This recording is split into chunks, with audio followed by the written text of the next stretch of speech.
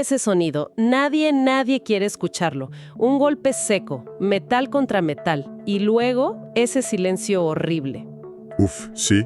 En los minutos que siguen, una mala decisión puede convertir un simple mal rato en un problema que te puede costar un dineral. Totalmente. Hoy vamos a sumergirnos en el mundo de los seguros de auto en México, a través de preguntas y respuestas de conductores como cualquiera de nosotros. Así es. Lo que tenemos es la transcripción de una conversación en vivo donde un especialista responde a las dudas más comunes. Y a los escenarios más temidos, ¿no? Exacto. Desde los mitos sobre por qué sube el costo de la póliza hasta qué hacer si tienes la mala suerte de pegarle a un auto de lujo. Y nuestra misión aquí es destilar el conocimiento verdaderamente útil de esa charla, sacar a la luz esas claves prácticas que la mayoría ignoramos por completo, Hasta que es demasiado tarde. sin saber qué hacer. Y creo que el primer gran descubrimiento de este material es que la idea de que existen seguros buenos y seguros malos es en sí misma una equivocación. ¿A qué te refieres con eso? Vamos a ver que la clave no está en la marca o el logo, sino en entender las condiciones específicas de lo que firmamos y cómo se alinea con nuestra realidad al volante. De acuerdo. Empecemos por el mito más grande de todos, el que a todos nos preocupa. A ver, Choco, hago el reporte y listo. Al siguiente año mi seguro me va a castigar con una prima mucho más alta. Es casi una ley no escrita. es la creencia universal, pero la realidad es mucho más interesante y sobre todo menos personal. ¿Cómo que menos personal? El aumento, si es que lo hay, no se basa directamente en tu incidente. Se calcula a partir de un concepto llamado siniestralidad colectiva. Espera, eso suena totalmente antiintuitivo. Me estás diciendo que si yo cuido mi coche como si fuera de oro, nunca choco, Eres el conductor perfecto. el más precavido del mundo.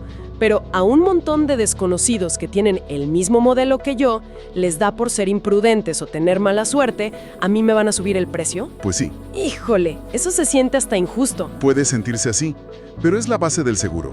Compartir el riesgo. La aseguradora no te ve solo a ti, ve a un grupo. A un grupo. A todos los vehículos del mismo modelo, año y versión que tiene asegurados. Si en un año, dentro de ese universo de, digamos, 1000 Ventos 2016, hubo muchos robos, O choques costosos. exacto, el riesgo para la aseguradora aumentó. Por lo tanto, la prima del siguiente año subirá para todos los dueños de un Vento 2016 en esa compañía, Incluso para los que no tuvieron ni un rasguño. incluso para ellos. Entiendo la lógica de negocio, aunque no me encante. Entonces, el costo de mi póliza no es un castigo por mi historial. ¿No? Es un reflejo estadístico del comportamiento de un grupo anónimo al que pertenezco. Vaya, Exactamente. Y eso explica por qué tu mismo auto puede tener precios tan distintos en diferentes aseguradoras. claro, cada una tiene su propia población. Y esa población se comporta de manera diferente. Ok, eso aclara el tema del costo, pero ahora hablemos de la culpa en un choque. Ahí sí es individual, ¿no? Ahí sí. En la calle todo mundo es experto y te dice 1000 cosas, que si ibas rápido, que si te pasaste el alto. ¿Qué es lo que realmente determina la responsabilidad para el seguro? Buena pregunta. Por ejemplo, ¿qué pesa más? ¿Un corte de circulación o ir a exceso de velocidad? Esa es una pregunta clave y la distinción es fundamental. El análisis distingue entre maniobra y agravante. Maniobra y agravante. Ok, La maniobra es la acción que causa directamente el accidente. El corte de circulación es una maniobra. Es la causa raíz. ¿y el exceso de velocidad? El exceso de velocidad, ir hablando por teléfono, no traer una luz, todo eso son agravantes. Ah, ya veo. La analogía que usan en la conversación es genial. Dicen que los agravantes son como piedritas que le vas echando al vaso. Exacto. Pero la maniobra es el vaso mismo. El vaso se rompe por la maniobra, no por las piedritas. Precisamente. La responsabilidad legal del choque recae en quien ejecutó la maniobra incorrecta. O sea, los agravantes no te hacen culpable del choque en sí. No, pero claro que tienen consecuencias. Te pueden poner una multa de tránsito aparte y si hay lesionados, la situación legal se puede complicar muchísimo por esos factores. Entiendo. Pero para el ajustador la pregunta es, ¿quién hizo la maniobra que provocó la colisión? Entendido. Y hablando de maniobras, vayamos al clásico de clásicos, el choque por alcance. Uf, el de todos los días. Vas manejando, guardando tu distancia, y el de adelante clava los frenos de la nada. quizá ni le servían las luces de stop. Le pegas. ¿De verdad siempre es culpa del que pega atrás? Desafortunadamente, la respuesta es un sí casi absoluto. ¿Siempre? La regla de oro es que quien pega por alcance, paga. Se asume que no guardaste la distancia de seguridad necesaria para reaccionar ante cualquier imprevisto. Incluyendo una frenada brusca o que el otro no traiga luces. Justo. ¿Y no hay ninguna excepción? Suena muy tajante. La hay, pero es extremadamente difícil de probar. A ver, se tendría que demostrar que el otro conductor frenó con dolo, es decir, con la intención deliberada de que le pegaras. ¿Y cómo pruebas eso? La única forma viable de comprobar algo así es con una cámara de tablero, una dashcam, que grabe la situación. Claro, que se vea que no había motivo para frenar así. Exacto. Y como el uso de estas cámaras en México es mínimo, pues en la práctica la regla general se mantiene firme. De acuerdo, la teoría de la culpa queda clara. Pero ahora llevémoslo a la práctica. Estás ahí, en la calle, los autos detenidos. El momento de la verdad. Acabas de tener un golpecito mínimo, un raspón. El otro conductor baja, sonriendo, súper amable, y te dice, oye, ni le hables al seguro, es una tontería, yo te lo pago. El clásico. Te va a salir más caro el deducible. La tentación de evitarse todo el trámite es enorme. ¿Qué haces? La recomendación es tajante y no admite matices. Siempre, sin excepción, llama a tu seguro. Inmediatamente. Siempre, siempre. El consejo es muy directo y hasta un poco crudo. No seas amigo de quien te choca o a quien le chocas. Entiendo la lógica, pero en la práctica suena increíblemente frío, hasta agresivo. Si el daño es un rayonazo y la persona parece decente. Es que el riesgo es altísimo. La presión social para hacer buena onda y arreglarlo ahí mismo es muy fuerte. De verdad no hay situación en la que funcione. Mira, las personas pueden ser muy amables en el momento, pero la dinámica cambia por completo cuando se habla de dinero. ¡Híjole, sí! Lo que empieza como un «yo te pago, no te preocupes», se puede convertir en un número de teléfono que ya no contesta. O en un «mi mecánico dice que es más grave y ya no te pago». Exactamente. Una vez que mueves los autos y te vas, pierdes toda posibilidad de que tu seguro te respalde. Para eso lo pagas, para que un profesional gestione el problema. Tienes razón.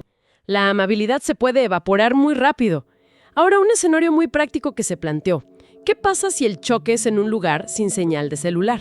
Buenísima pregunta. En una carretera, en un pueblo alejado. No puedes llamar al seguro en ese instante. Ahí la prioridad cambia. Si no puedes reportar, tienes que documentar. La evidencia se vuelve todo. ¿Documentar cómo? Antes de mover un solo centímetro los autos, antes de llegar a cualquier acuerdo temporal, tienes que tomar una cantidad masiva de fotos y videos. O sea, te conviertes en tu propio perito forense en ese momento. Exactamente. Fotos desde todos los ángulos posibles. De cerca, de lejos. De cerca para ver los daños, de lejos para ver la posición final de los coches, fotos de las placas, de los documentos del otro conductor si se puede. Del entorno, de las huellas de frenado. Todo. La instrucción es, satura la memoria de tu teléfono si es necesario. Esa evidencia visual va a ser crucial para que el ajustador, cuando lo contactes, pueda reconstruir los hechos. Sin esas fotos, es tu palabra contra la del otro. Y eso es una apuesta que no quieres hacer. Esto demuestra lo vital que es que tu seguro te respalde. Y nos lleva de vuelta al inicio. A los seguros buenos y malos. Exacto. Mencionaste que no se trata de la marca.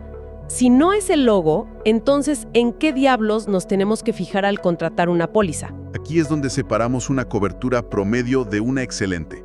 El análisis destaca dos preguntas que son cruciales hacer antes de firmar cualquier cosa. Ok, primera pregunta. La primera es, ¿la póliza exige tener la licencia de conducir vigente como condición indispensable para pagar? Wow, eso nunca se me habría ocurrido. Doy por sentado que si no traigo la licencia o está vencida, el seguro no sirve para nada. Es lo primero que te dicen, ¿no? Sí, claro. Pues esa es la sorpresa. Algunas aseguradoras, para ser más competitivas, han eliminado esa cláusula de sus exclusiones. ¿De verdad? Eso es vital. Piénsalo. Te roban la cartera, se te olvida en otra chamarra, o se te venció hace una semana y no te diste cuenta. Y justo ese día chocas. Si tu póliza no exige la licencia vigente, te va a cubrir sin problema. Una que sí la exija, tiene el pretexto perfecto para no pagar un solo peso. Esa pequeña cláusula es la diferencia entre la ruina y la tranquilidad. Es oro puro ese tip. Y la segunda pregunta clave. Gastos médicos a ocupantes. Este es un punto crítico que muchos pasan por alto por ahorrarse unos pesos. Ok. Muchas pólizas baratas, especialmente las de créditos bancarios o de agencias, ofrecen montos muy bajos, a veces de 20,000 o 50,000 pesos por persona. Y 20,000 pesos en un hospital privado decente es, ¿qué? El costo de la entrada y una radiografía. Exacto. Se acaba en una hora. No cubre prácticamente nada en caso de una lesión medianamente seria. ¿Cuál sería la recomendación? La recomendación mínima es buscar una cobertura de 400,000 pesos por ocupante. ¿Y es mucho más caro? Fíjate que no.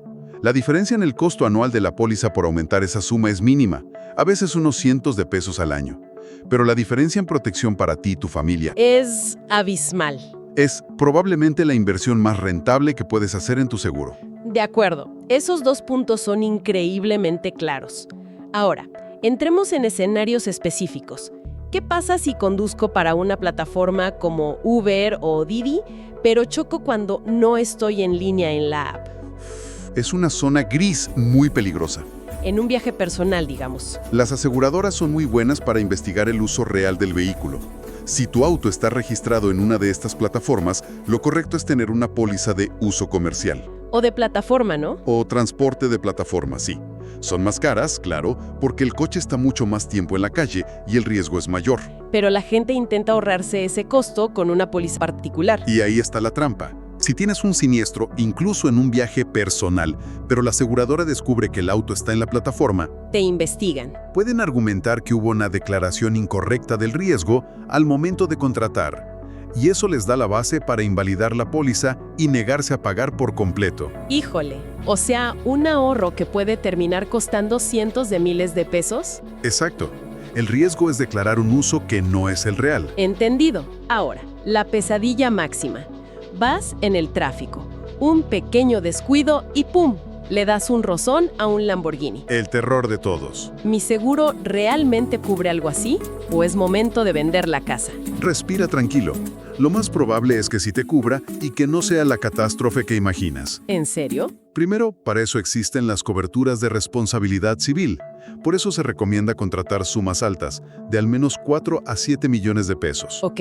Pero aquí viene lo más fascinante. Si el auto de lujo también tiene seguro, que es casi un hecho, Lo cual es muy probable. entra en juego un acuerdo entre aseguradoras llamado Convenio SIPA. SIPA. ¿Qué es eso? Es un convenio de pago entre las compañías. En lugar de que tu aseguradora le pague al dueño del Lamborghini el costo millonario de la reparación, Que debe ser una locura. le paga directamente a la aseguradora de Lamborghini un monto fijo, una especie de cuota de recuperación. Un monto fijo. ¿De cuánto hablamos? Este monto actualmente ronda los 18,000 pesos. ¿18,000? No es nada. Con ese pago, el asunto entre las aseguradoras queda zanjado. Tu póliza no desembolsa millones, solo esa cantidad pactada. Eso es absolutamente increíble. Entonces, ese miedo colectivo de arruinarte la vida por un golpe a un auto de lujo es más un mito que una realidad. Siempre y cuando ambos tengan seguro, sí. El miedo es mucho más grande que la realidad financiera en la mayoría de los casos. En un bache de esos que parecen cráteres. Pan de cada día. Revientas 2 llantas y sientes que hasta la suspensión se dañó. ¿Eso lo cubre el seguro? Sí, sí lo cubre, siempre y cuando tengas cobertura amplia. ¿En serio? Sí, este tipo de incidentes se clasifican como daños materiales al propio vehículo. Ah, ok.